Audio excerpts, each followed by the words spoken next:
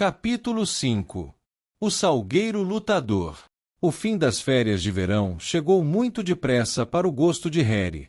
Ele estava ansioso para regressar a Hogwarts, mas aquele mês na Toca fora o mais feliz de sua vida. Era difícil não ter inveja de Rony quando pensava nos Dursley, e no tipo de boas-vindas que poderia esperar na próxima vez que aparecesse na Rua dos Alfeneiros.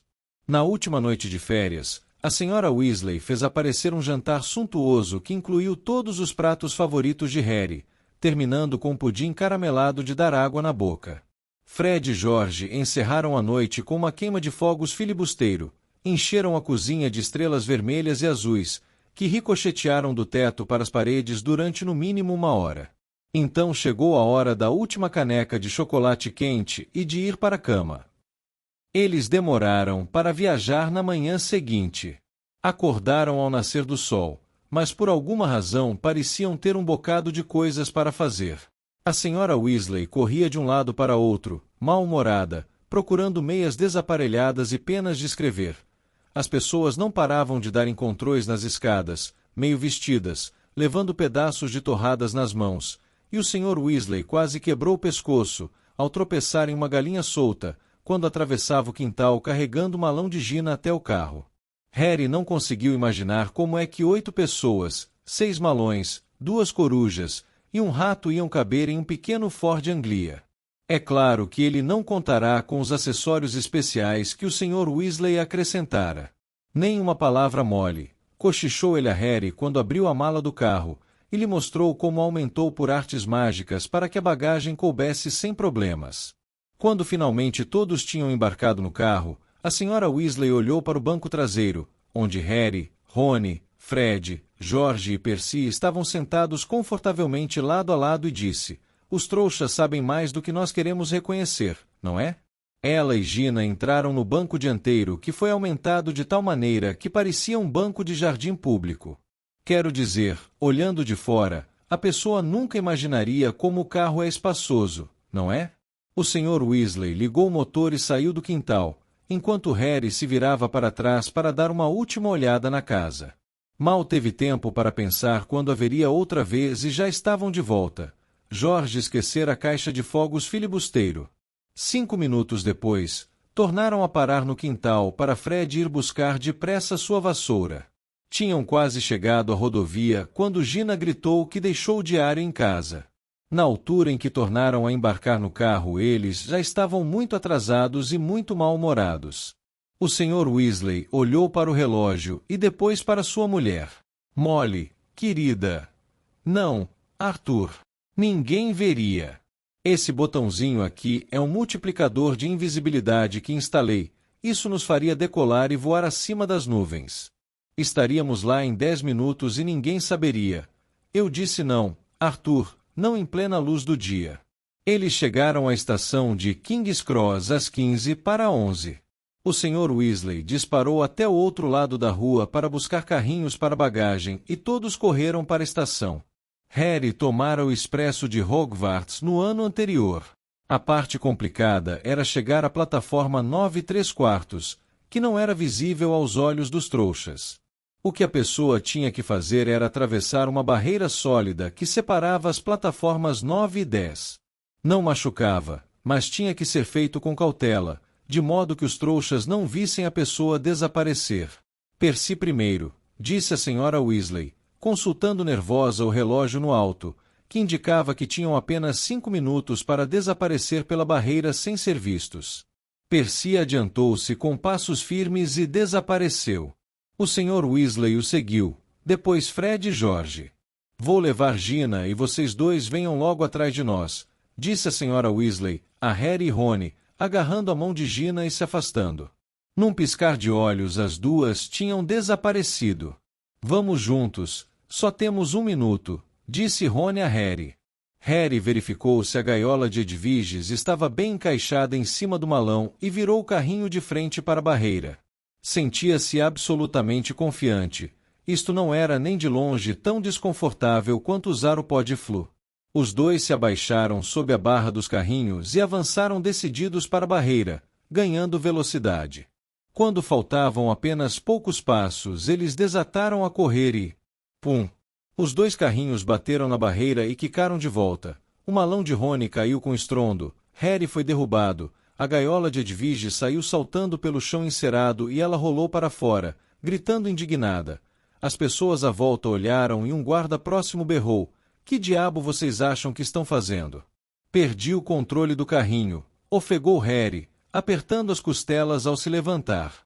Rony teve que recolher Edwiges. A coruja fazia tanto escândalo que muitos dos circunstantes resmungaram contra a crueldade para com os animais. "Por que não podemos atravessar?" sibilou Harry para Rony. "Não sei." Rony olhou desorientado para os lados. Uns 10 curiosos continuavam a observá-los. "Vamos perder o trem", cochichou Rony. "Não entendo por que o portão se fechou." Harry olhou para o enorme relógio no alto com uma sensação ruim na boca do estômago. 10 segundos, 9 segundos. Ele levou o carrinho à frente com cautela até encostá-lo na barreira e empurrou-o com toda a força. O metal continuou sólido. 3 segundos, 2 segundos, 1 segundo. "Já foi", disse Rony, parecendo atordoado. O trem foi embora. "E se papai e mamãe não conseguirem voltar para nós? Você tem algum dinheiro de trouxas?" Harry deu uma risada cavernosa. "Os Dursley não me dão dinheiro há uns 6 anos." Rony encostou o ouvido na barreira fria. "Não ouço nada", informou tenso. "Que vamos fazer?" "Não sei quanto tempo vai levar para mamãe e papai voltarem." Eles olharam para os lados. As pessoas continuavam a vigiá-los, principalmente por causa dos gritos de Edwiges que não paravam. "Acho que é melhor irmos esperar ao lado do carro", sugeriu Harry. "Estamos atraindo atenção demais." "Harry", exclamou Rony, com os olhos brilhando. "O carro. Que tem o carro? Podemos voar para Hogwarts no carro." "Mas eu pensei, estamos imobilizados, certo? E temos que voltar para a escola, não é? E até os bruxos de menor idade podem usar magia quando há uma emergência grave, seção 19 ou coisa assim da lei de restrição ao... Mas sua mãe e seu pai", disse Harry, empurrando mais uma vez a barreira na esperança inútil de que ela cedesse. "Como é que vão chegar em casa?" "Eles não precisam do carro", disse Rony impaciente. "Eles sabem aparatar, sabe, desaparecer aqui e reaparecer em casa. Eles só usam o Podflu e o carro porque somos todos menores e ainda não temos permissão para aparatar." A sensação de pânico de Harry de repente se transformou em excitação. "Você sabe voar?" "Não tem problema", disse Rony, virando o carrinho de frente para a saída. "Anda, vamos. Se nos apressarmos, poderemos seguir o expresso de Hogwarts." Passaram então pela aglomeração de trouxas curiosos, saíram da estação e voltaram à rua secundária, onde ficou estacionado o velho Ford Anglia. Rony destrancou a enorme mala do carro com vários toques seguidos de varinha. Tornaram a carregar a bagagem na mala, puseram Edwiges no banco traseiro e embarcaram. "Veja se não tem ninguém olhando", disse Rony, ligando a ignição com outro toque de varinha. Harry meteu a cabeça para fora da janela. O tráfego roncava pela estrada principal adiante, mas a rua deles estava deserta. "Tudo bem", falou. Rony apertou um botãozinho prateado no painel. O carro em que estavam desapareceu, e eles também. Harry sentiu o banco vibrar embaixo dele, ouviu o ruído do motor, sentiu as mãos em cima dos joelhos e os óculos em cima do nariz, mas do que conseguia ver, viraram um par de olhos que flutuavam acima do chão, numa rua suja, cheia de carros estacionados. "Vamos", disse a voz de Rony vindo da direita. E o chão e os edifícios sujos de cada lado se distanciaram e foram desaparecendo de vista, à medida que o carro decolava. Em segundos, Londres inteira estava lá embaixo, enfumaçada e cintilante. Então ouviu-se um estampido e o carro. Harry e Rony reapareceram. "Epa!", exclamou Rony, batendo no botão da invisibilidade. "Está com defeito." Os dois socaram o botão. O carro desapareceu. E tornou a reaparecer aos pouquinhos. "Segure firme", berrou Rony e pisou fundo no acelerador. Eles dispararam em linha reta para dentro de nuvens baixas e repolhudas e tudo ficou cinzento e enevoado. E agora? Perguntou Harry, piscando diante da camada sólida de nuvens que os comprimia de todos os lados. Temos que ver o trem para saber que direção vamos tomar, disse Rony. Mergulhe outra vez, depressa. Eles baixaram até ficar sob as nuvens e se viraram no banco, tentando ver o solo. Estou vendo, gritou Harry. Bem na nossa frente, lá. O expresso de Hogwarts ia correndo embaixo deles como uma cobra vermelha.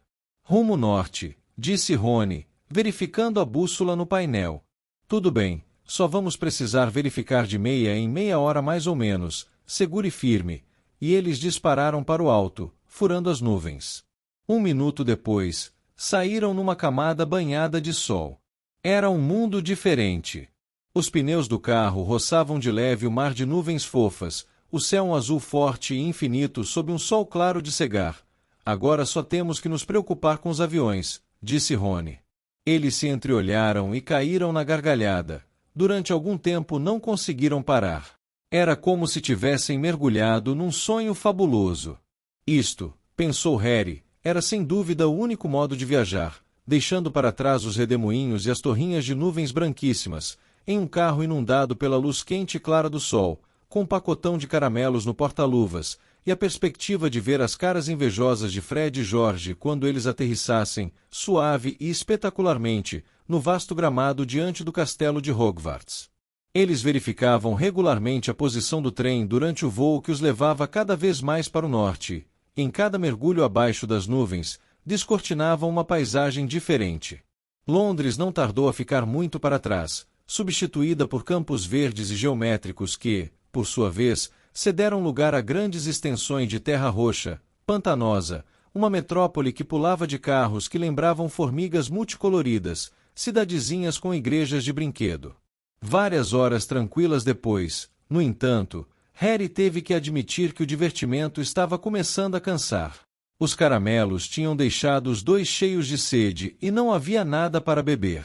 Ele e Rony tinham despido os suéteres, mas a camiseta de Harry estava grudando no encosto do banco, e seus óculos não paravam de escorregar pela ponta do nariz suado. Ele deixou de reparar nas formas fantásticas das nuvens e agora pensava com saudades no trem, quilômetros abaixo, onde podia comprar suco de abóbora bem gelado em um carrinho empurrado por uma bruxa gorducha. Por que não tinham conseguido chegar à plataforma 9¾ Não pode faltar muito mais, não é? Perguntou Rony rouco, horas depois, quando o sol começou a afundar pelo chão de nuvens, tingindo de rosa forte. Pronto para verificar outra vez a posição do trem? O trem continuava embaixo deles, contornando uma montanha de pico nevado. Escureceu bastante sob a abóbada de nuvens. Rony pisou fundo no acelerador e fez o carro subir outra vez, mas ao fazer isto, o motor começou a soltar um silvo agudo. Harry e Rony trocaram olhares apreensivos. Provavelmente ele está cansado, disse Rony. Nunca foi tão longe antes. E os dois fingiram não notar o ruído que ficava cada vez mais forte, à medida que o céu ia escurecendo cada vez mais. As estrelas espocavam na escuridão. Harry tornou a vestir o suéter, tentando fingir que não via que os limpadores do para-brisa agora se moviam devagar, como se protestassem. Falta pouco, disse Rony mais para o carro do que para Harry. Falta pouco agora, e deu umas palmadinhas nervosas no painel. Quando voltaram a voar sob as nuvens um pouco mais tarde, tiveram que apurar a vista na escuridão para encontrar um marco que conhecessem. Ali, gritou Harry, sobressaltando Rony e Edviges. Bem em frente, recortado no horizonte escuro, no alto do penhasco sobre o lago, estavam as torres e torrinhas do castelo de Hogwarts. Mas o carro começara a tremer e a perder velocidade. Vamos, disse Rony em tom de quem quer adular, dando uma sacudidela no volante. Quase chegamos, vamos. O motor gemia. Finos penachos de fumaça saíam por debaixo do capô. Harry viu-se agarrando as bordas do banco com toda a força ao voarem em direção ao lago. O carro deu um estremeção feio. Ao espiar pela janela, Harry viu a superfície lisa, escura e espelhada da água, 1,5 km abaixo. Os nós dos dedos de Rony estavam brancos de tanto apertar o volante. O carro estremeceu outra vez. Vamos, murmurou Rony. Sobrevoaram o lago. O castelo estava bem à frente. Rony apertou o acelerador. Ouviu-se uma batida metálica e alta, um engasgo e o motor morreu de vez. Epa! Exclamou Rony, em meio ao silêncio. O nariz do carro afundou. Estavam caindo, ganhando velocidade, rumando direto para a parede maciça do castelo. Não! Berrou Rony, dando um golpe de direção. Erraram um escuro muro de pedra por centímetros, porque o carro descreveu um grande arco e voou sobre as estufas às escuras, depois sobre a horta e depois sobre os gramados sombrios, perdendo altura todo o tempo. Rony largou de vez o volante e puxou a varinha do bolso traseiro. Pare, pare, berrou, golpeando o painel e o para-brisa, mas eles continuaram a mergulhar, o chão voando ao seu encontro. Cuidado com aquela árvore. Urrou Harry, atirando-se sobre o volante, mas tarde demais. Com um estrondo de ensurdecer, de metal batendo em madeira, eles colidiram com um tronco avantajado e despencaram no chão com um baque forte. O vapor que saía por baixo do capô amassado formava nuvens enormes. Edviges guinchava de terror. Um galo do tamanho de uma bola de golfe latejou na cabeça de Harry onde ele batera no para-brisa, e à sua direita, Rony deixou escapar um gemido baixo e desesperado. — Você está bem? Perguntou Harry com urgência na voz. — Minha varinha, respondeu Rony com a voz trêmula. — Olhe a minha varinha. Ela quase se partirá em duas, a ponta balançava inerte, segura apenas por meia dúzia de farpas de madeira. Harry abriu a boca para dizer que tinha certeza de que poderiam consertá-la na escola, mas nem chegou a falar. Naquele mesmíssimo instante, alguma coisa bateu na lateral do carro com a força de um touro furioso, atirando Harry contra Rony, ao mesmo tempo que outra pancada igualmente pesada atingia o teto. — Que está acontecendo? Exclamou Rony, arregalando os olhos para o para-brisa, enquanto Harry virava a cabeça em tempo de ver um galho grosso como uma jiboia que o amassava. A árvore em que tinham batido atacava os dois. Curvara o tronco quase ao meio e seus ramos nodosos socavam cada centímetro do carro que conseguiam alcançar. — Caracas! Exclamou Rony quando outro ramo retorcido fez uma grande moça na porta do lado dele. O para-brisa agora vibrava sob uma saraivada de golpes aplicados por galinhos em forma de nós, e um galho grosso como um ariete socava furiosamente o teto, que parecia estar afundando. — Se manda!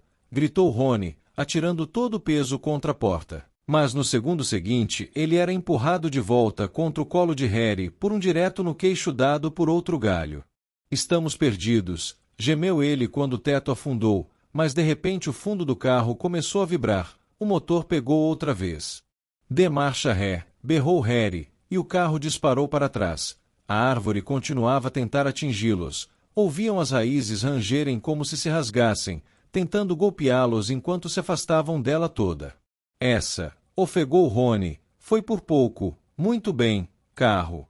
O carro, porém, chegará ao limite de suas forças. Com dois fortes trancos, as portas se escancararam e Harry sentiu o banco deslizar para um lado. No momento seguinte, ele se viu estatelado no chão úmido. Pancadas fortes lhe informaram que o carro estava ejetando a bagagem deles da mala. A gaiola de Edviges voou pelos ares e se abriu. Ela soltou um guincho raivoso e voou veloz para o castelo, sem nem ao menos olhar para trás. Então, amassado, arranhado e fumegando, o carro saiu roncando pela escuridão, as lanternas traseiras brilhando com raiva. — Volte aqui! Gritou Rony para o carro, brandindo a varinha partida. — Papai vai me matar! Mas o carro desapareceu de vista com uma última gargalhada do cano de descarga. — Dá para acreditar na nossa sorte! Disse Rony infeliz, abaixando-se para recolher perebas. De todas as árvores em que podíamos ter batido, tínhamos que bater nessa que revida? Ele espiou por cima do ombro a velha árvore, que continuava a agitar os ramos ameaçadoramente. — Vamos! Disse Harry cansado. É melhor irmos logo para a escola. Não se pareceu nada com a chegada triunfal que eles tinham imaginado. Os músculos duros, enregelados e contundidos, os dois apanharam as alças dos malões e começaram a arrastá-los pela encosta gramada acima, em direção à imponente porta de entrada de carvalho. Acho que a festa já começou, comentou Rony, largando a mala ao pé dos degraus da entrada e indo espiar silenciosamente por uma janela iluminada.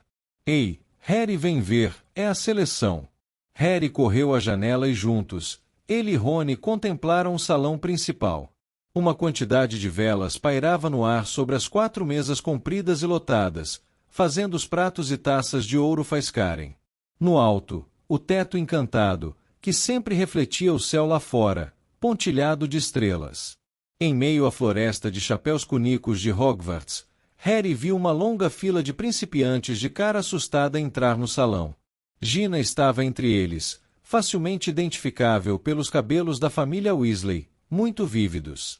Entre mentes a professora McGonagall, uma bruxa de óculos que usava os cabelos presos em um coque, estava colocando o famoso chapéu seletor sobre um banquinho diante dos recém-chegados.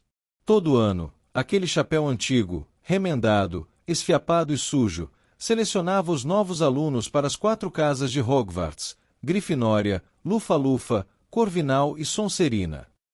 Harry lembrava-se bem da noite em que o colocou na cabeça, exatamente há um ano, e esperara petrificado, a decisão do chapéu que murmurava audivelmente em seu ouvido. Por alguns segundos terríveis ele receou que o chapéu fosse colocá-lo na Sonserina, a casa de onde saía um número maior de bruxos e bruxas das trevas do que de qualquer outra, mas ele acabou indo para Grifinória, junto com Rony, Hermione e o resto dos Weasley. No último trimestre letivo, Harry e Rony tinham ajudado a Grifinória a ganhar o campeonato das casas, vencendo Sonserina pela primeira vez em 7 anos. Um garoto muito pequeno, de cabelos castanho-acinzentados, foi chamado para colocar o chapéu na cabeça. O olhar de Harry passou por ele e foi pousar no lugar em que Dumbledore, o diretor, assistia à cerimônia sentado à mesa dos funcionários, sua longa barba prateada e os óculos de meia-lua brilhando à luz das velas. Vários lugares adiante, Harry viu Gilderoy Lockhart, com suas vestes azuis. E lá na ponta sentava-se Hagrid, enorme e peludo, bebendo grandes goles de sua taça. Espere aí, cochichou Harry para Rony.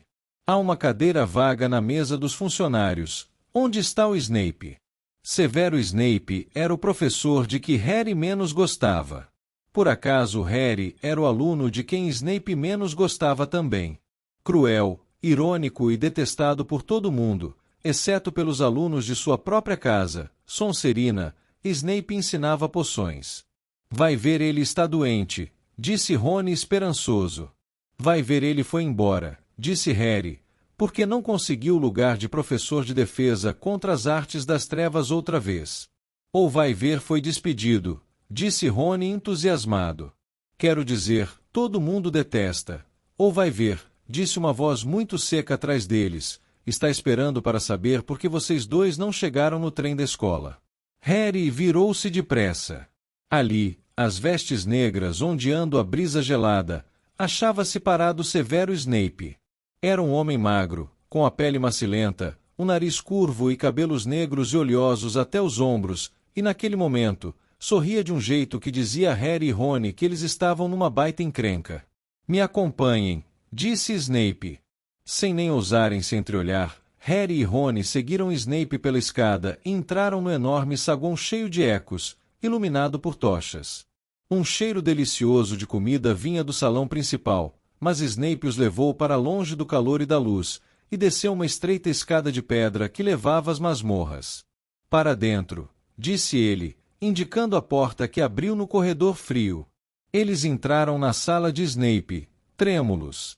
As paredes sombrias estavam cobertas de prateleiras com grandes frascos, em que flutuava todo tipo de coisa nojenta de que, naquele momento, Harry nem queria saber o nome. A lareira estava apagada e vazia. Snape fechou a porta e virou-se para encará-los. Então, disse com suavidade, o trem não é bastante bom para o famoso Harry Potter e seu leal escudeiro Weasley. Queriam chegar acontecendo, não foi, rapazes? Não, senhor, foi a barreira na estação de King's Cross, ela... Silêncio, disse Snape secamente. Que foi que fizeram com o carro? Rony engoliu em seco. Não era a primeira vez que Snape dava a Harry a impressão de ser capaz de ler pensamentos. Mas um momento depois, ele compreendeu, quando Snape desdobrou o profeta vespertino daquele dia. Vocês foram vistos, sibilou o professor, mostrando a manchete. Ford Anglia voador intriga trouxas. E começou a ler em voz alta. 2 trouxas em Londres, convencidos de terem visto um velho carro sobrevoar a Torre dos Correios. Ao meio-dia em Norfolk, a senhora Hatch Baylis, quando pendurava a roupa para secar. O senhor Angus Fleet, de Peebles, comunicou à polícia. Um total de 6 ou 7 trouxas. Acredito que o seu pai trabalha no departamento que coíbe o mau uso de artefatos dos trouxas? Perguntou ele, erguendo os olhos para Rony com um sorriso ainda mais desagradável. O próprio filho dele. Harry teve a sensação de que acabará de levar um direto no estômago, aplicado por um dos ramos mais parrudos da árvore maluca. Se alguém descobrisse que o Sr. Weasley havia enfeitiçado o carro. Não tinha pensado nisso. Reparei na minha busca pelo parque que houve considerável dano a um salgueiro lutador muito valioso, continuou Snape. Aquela árvore causou mais dano a nós do que nós a... Deixou escapar Rony. Silêncio, disse Snape outra vez. Infelizmente vocês não fazem parte da minha casa, e a decisão de expulsá-los não cabe a mim. Vou buscar as pessoas que têm este prazeroso poder. Esperem aqui. Harry e Rony se entreolharam pálidos. Harry não sentia mais fome. Sentia-se extremamente enjoado. Tentou não olhar para uma coisa grande e pegajosa que estava suspensa em um líquido verde, em uma prateleira atrás da escrivaninha de Snape. Se Snape tivesse ido buscar a professora McGonagall, diretora da Casa Grifinória, eles tampouco estariam em melhor situação. Poderia ser mais justa do que Snape, mas era rigorosíssima. 10 minutos depois, Snape voltou e não deu outra. Era a professora McGonagall que o acompanhava. Harry já a vira várias vezes, mas ou se esquecera como a boca da professora ficava contraída, ou nunca vira zangada antes. Ela ergueu a varinha no momento em que entrou. Os dois, Harry e Rony, se encolheram, mas ela meramente apontou para a lareira apagada, onde as chamas irromperam instantaneamente. Sentem-se, disse, e os dois recuaram e se sentaram em cadeiras junto à lareira. Expliquem-se, disse, os óculos brilhando agourentos. Rony saiu contando a história, a começar pela barreira da estação que se recusou a deixá-los passar. Então não tivemos outra escolha, professora, não podíamos embarcar no trem. Por que não nos mandaram uma carta por coruja? Creio que você tem uma coruja, disse a professora McGonagall, olhando para Harry com frieza. Harry ficou boquiaberto. Agora que ela disse, parecia coisa óbvia para ter sido feita. Eu não pensei. Isto, tornou a professora, é óbvio. Ouviu-se uma batida na porta da sala, e Snape, agora com a cara mais feliz que nunca, abriu-a. Parado à porta achava-se o diretor, o professor Dumbledore. O corpo de Harry inteiro ficou insensível. Dumbledore parecia anormalmente sério. Olhou por cima daquele nariz curvo dele, e Harry, subitamente, viu-se desejando que ele e Rony ainda estivessem apanhando do salgueiro lutador. Fez-se um longo silêncio. Então Dumbledore disse, por favor, expliquem por que fizeram isso. Teria sido melhor se tivesse gritado. Harry detestou o desapontamento que havia na voz dele. Por alguma razão, não conseguiu encarar Dumbledore nos olhos, e em vez disso, falou para os próprios joelhos. Contou a Dumbledore tudo, exceto que o Sr. Weasley era o dono do carro enfeitiçado, fazendo parecer que ele e Rony tinham encontrado o carro voador estacionado do lado de fora da estação, por acaso. Ele sabia que Dumbledore percebeu a coisa na mesma hora, mas o diretor não fez perguntas sobre o carro. Quando Harry terminou, ele apenas continuou a observá-los através dos óculos de meia-lua. Vamos buscar as nossas coisas, disse Rony com a desesperança na voz. De que é que está falando, Weasley? Vociferou a professora McGonagall. Bem, os senhores vão nos expulsar, não é? Disse Rony. Harry olhou rapidamente para Dumbledore. Hoje não, Sr. Weasley, disse Dumbledore. Mas preciso incutir em vocês a gravidade do que fizeram. Vou escrever às duas famílias hoje à noite. Devo também preveni-los de que se fizerem isto de novo, não terei escolha senão expulsar os dois. Snape fez cara de quem acaba de ouvir que o Natal foi cancelado. Pigarreou e disse: Professor Dumbledore, esses garotos zombaram da lei que restringe o uso de magia por menores, causaram sérios danos a uma árvore antiga e valiosa. Com certeza atos desta natureza. A professora McGonagall é quem decidirá sobre o castigo dos meninos. Severo, disse Dumbledore calmamente. Fazem parte da casa dela e, portanto, são responsabilidade dela. E se virou para a professora. Preciso voltar para a festa. Minerva, tenho que dar alguns avisos. Vamos, Severo. Tem uma torta de abóbora deliciosa que quero provar. Snape lançou um olhar de puro veneno a Harry e Rony ao se deixar levar embora da sala, deixando sozinhos com a professora McGonagall, que ainda os observava como uma águia atenta. É melhor ir à ala hospitalar, Weasley. Você está sangrando. Não é nada demais, disse Rony, limpando depressa com a manga o corte sobre o olho. Professora, eu queria ver a minha irmã ser selecionada. A cerimônia da seleção já terminou, respondeu ela. Sua irmã também ficou na Grifinória. Ah, que bom! E por falar na Grifinória, disse McGonagall muito ríspida, mas Harry a interrompeu. Professora, quando apanhamos o carro, o ano letivo não tinha começado, por isso. Por isso Grifinória não deve perder pontos, deve. Terminou ele, observando-a ansioso. A professora McGonagall lançou-lhe um olhar penetrante e ele teve certeza de que ela quase sorrira. Pelo menos ficou menos contraída. Não vou tirar pontos da Grifinória, e Harry sentiu o chão muito mais leve. Mas os dois vão receber uma detenção. Foi melhor do que Harry esperava.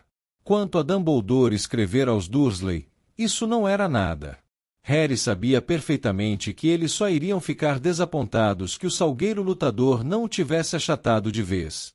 A professora McGonagall ergueu novamente a varinha e apontou-a para a escrivaninha de Snape. Um grande prato de sanduíches, 2 taças de prata e uma jarra de suco de abóbora gelado apareceram com um estalo. Vocês vão comer aqui e depois vão direto para o dormitório, disse ela. Eu também preciso voltar à festa. Quando a porta se fechou, Rony deixou escapar um assobio baixo e longo. Achei que estávamos ferrados, disse ele, agarrando o sanduíche. Eu também, disse Harry, servindo-se. Mas dá para acreditar na nossa falta de sorte? Perguntou Rony com a voz pastosa, porque tinha a boca cheia de galinha e presunto. Fred e George devem ter voado naquele carro umas 5 ou 6 vezes e nunca nenhum trouxa viu os dois. Ele engoliu e deu outra grande dentada. Por que não conseguimos atravessar a barreira? Harry sacudiu os ombros. Mas vamos ter que nos cuidar daqui para frente, disse, tomando um grande gole do suco de abóbora, cheio de gratidão. Gostaria de termos podido ir à festa. Ela não queria que fossemos nos exibir, disse Rony ajuizadamente. Não quer que as pessoas pensem que somos sabidos, porque chegamos de carro voador. Quando acabaram de comer tudo o que puderam, o prato sempre tornava a se encher sozinho, eles se levantaram e deixaram a sala, tomando o caminho familiar para a Torre da Grifinória. O castelo estava silencioso. Parecia que a festa havia acabado. Os dois passaram pelos quadros que resmungavam e as armaduras que rangiam, e subiram a estreita escada de pedra, até chegarem, finalmente, à passagem onde se escondia a entrada secreta para a Grifinória, atrás do retrato a óleo de uma mulher muito gorda, de vestido de seda rosa. Senha? Perguntou ela quando os dois se aproximaram. Ah! Murmurou Harry. Eles não sabiam a senha do novo ano, ainda não tinham encontrado o monitor da Grifinória, mas o socorro chegou quase imediatamente. Ouviram um tropel de passos às costas e quando se viraram deram com Hermione que corria ao encontro deles. Aí está vocês. Onde se meteram? Os boatos mais ridículos. Alguém disse que vocês foram expulsos por terem batido com um carro voador. Bem, Não fomos expulsos, garantiu-lhe Harry. Vocês não vão me dizer que realmente chegaram aqui voando?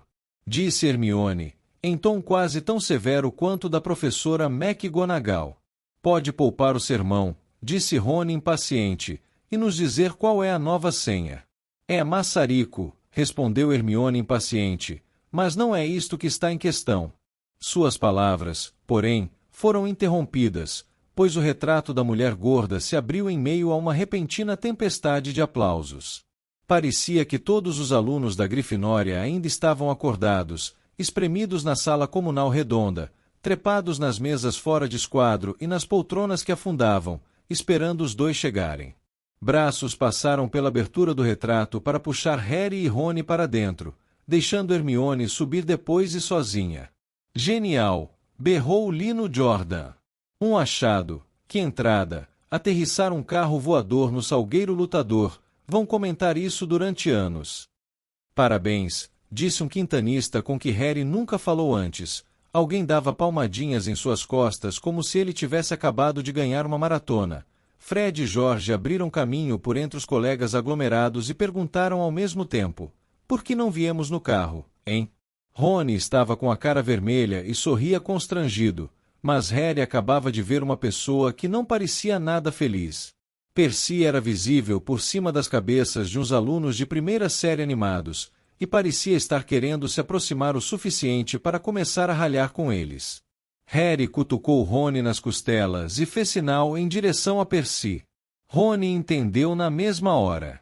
Temos que subir, um pouco cansados, disse ele, e os dois começaram a abrir caminho em direção à porta do lado oposto da sala, que levava à escada circular e aos dormitórios.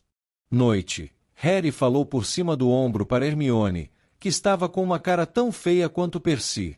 Os garotos conseguiram chegar ao outro lado da sala comunal, ainda recebendo palmadinhas nas costas, e alcançaram a paz das escadas. Subiram a escada correndo, direto para cima, e finalmente chegaram à porta do antigo dormitório, que agora tinha um letreiro que dizia alunos da segunda série. Entraram no quarto circular que já conheciam, com camas de 4 colunas e cortinas de veludo vermelho, e suas janelas altas e estreitas.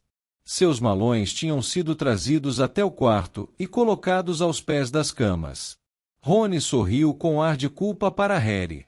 Sei que não devia ter curtido isso nem nada, mas... A porta do dormitório se escancarou e por ela entraram os outros segundanistas da Grifinória, Simas Finnegan, Dino Thomas e Neville Longbottom. Inacreditável! Exclamou Simas radiante. Legal! Disse Dino. Um assombro! Acrescentou Neville atônito. Harry não conseguiu se controlar e sorriu também.